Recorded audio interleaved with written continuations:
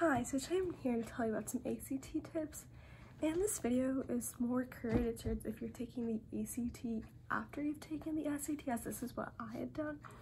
So the way I found it is, since I'd already taken the SAT in October and December, I was taking the ACT, the state one for North Carolina in February. So I had only really started studying at the end of January, so I only had about a month to study. I only studied about 15 to 30 minutes every day, and on Saturday I would take like a practice test maybe. So ACT tips, it's way easier if you take this test after the SAT. I feel like as you've already learned how standardized testing works and like how to approach the questions, and realizing that each question only has one correct answer that's 100% correct.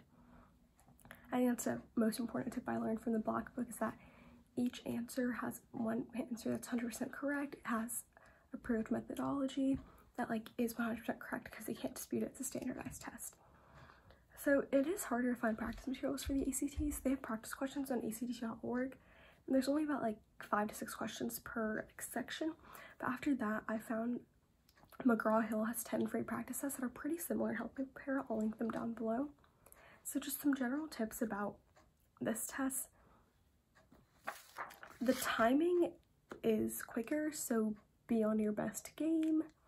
The math is harder than the SAT. Everything I'm going to be talking about is like in comparison to the SAT because I took it after.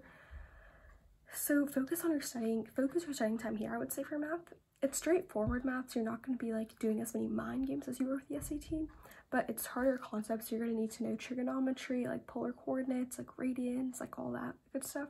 And you'll need to know everything through pre-calc. So I will link a comprehensive study guide or like formula sheet you need to know below. So math, just like I would say, do practice because like it goes by pretty quickly. The first 30 questions are pretty easy.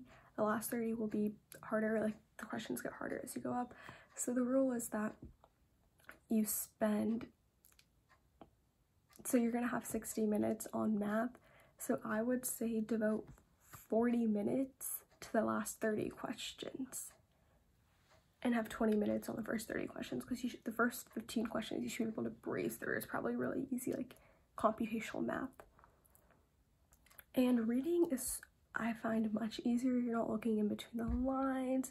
You're not having to like find evidence to corroborate your answer. The reading is straightforward. Like again, the SAT, I'll link a Katya Severson video that's a walkthrough.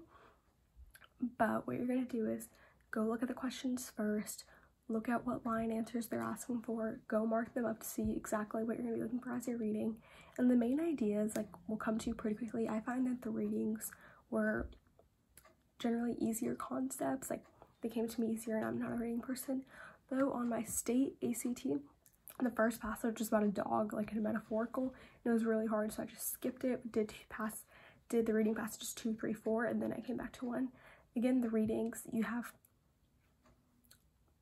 a lot of questions and not a lot of time, so you're going to need to be like this. The ACT is testing how fast you can work, so you're going to read those passages only 1 time through, not 2 times.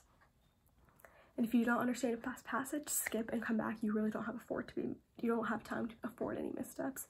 So English, you have 75 questions in a little amount of time. As long as you know your grammar rules that you probably would have learned for the SAT, I would say you are good to go.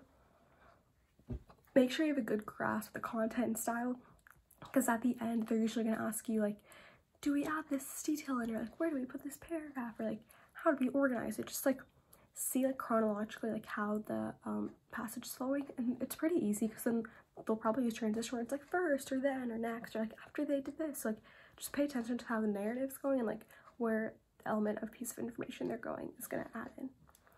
And once they're asking about adding or deleting something, just think about if that piece of information is going to help the passage, like it's going to add quality information and that's vital, or it's going to distract. If it's still going to distract or like it's boring or it doesn't do anything, take it out.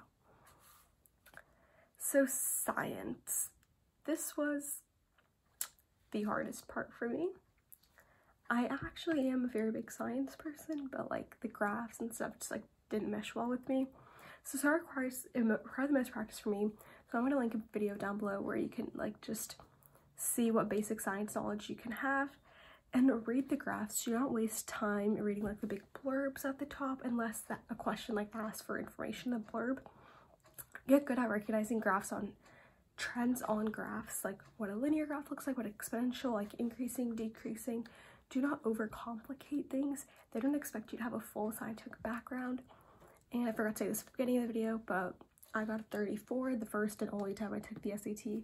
I got a 35 on math, a 35 on math, 34 on reading, 35 on English, and a 30 on science. As you can see, science, never my strong suit.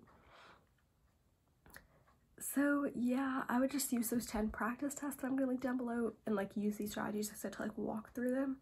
I wouldn't do all 10 practice tests like in a test section.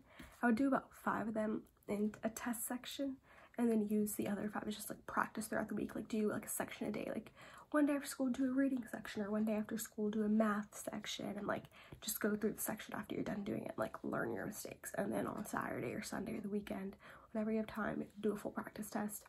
I would say Saturday do the full practice test, you're gonna be worn out. Sunday, look through what you got wrong, understand it, write it down in a notebook, I would say. And then yeah, and then this is what I did for the ACT. I would keep like a PowerPoint slide of all the questions I'd gotten wrong for a section, like ACT math. I'd like screenshot all the questions that I'd gotten wrong, and then a couple days for the test I'd go through all of them and like redo all of the questions to make sure I like knew how to do some of the hardest concepts. And do the same thing for like writing, I would say, just like get the concepts down. I did the same thing for the SAT with like SAT math, like just a couple days for the test, go through all the questions, like redo them and make sure you know how to do them all correctly. And then ACT writing is basically like the AP Lang argument essay. So here I find it easier than the SAT essay because you really can just like put down your opinion. Like you can like just like make up an anecdote as like your evidence or whatever. Mine was about like students' roles in like government, or like, and I talked about like being on student council and like how I was part of my community. I forgot the essay was actually coming. I had not prepared at all, and I got a 10 out of 12. So basically just have an intro where you like have a hook, have a thesis, have 3 body paragraphs, and have a conclusion. Just like spew out a lot of your opinions, and like for your evidence you can make up an anecdote or like reference a book or a movie or a teacher's essay, or like any information that you have, just utilize all of it. Yeah, good luck.